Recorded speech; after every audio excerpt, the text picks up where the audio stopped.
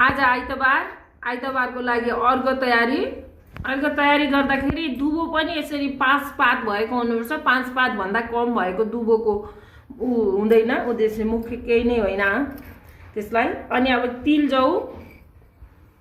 जौ अनिवार्य हो। हामीले अब मिलेसम्म सग्ला अक्षता, यस्ता सग्ला नकुड्केका अक्षताहरू हाल्ने, सेता अक्षता।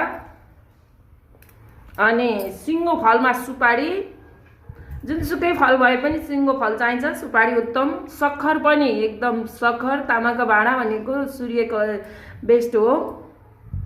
अनि अर्घ फुल चढाउँ, फुल राता फुलहरू, धेरै जातका फुलहरू चढाउन पाइन्छ। सयपत्री रातो फुलमा अति नै उत्तम। सूर्यको 12वटा किरण नै राता हुन्छन्, बिहानको बाल सूर्य, त्यसैले सूर्यलाई रातो चिजहरूमा अति उत्तम हुन्छ।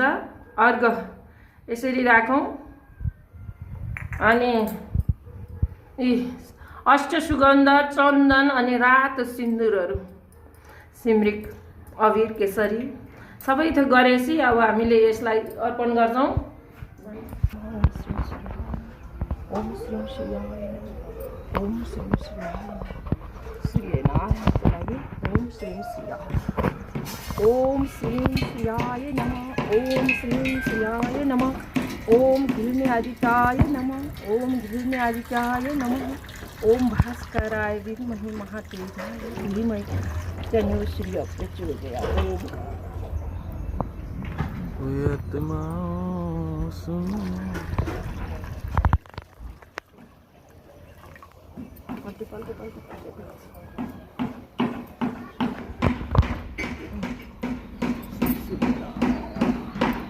अंकुश भगवान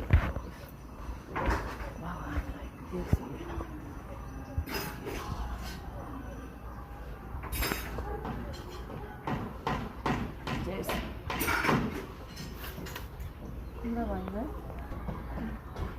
श्री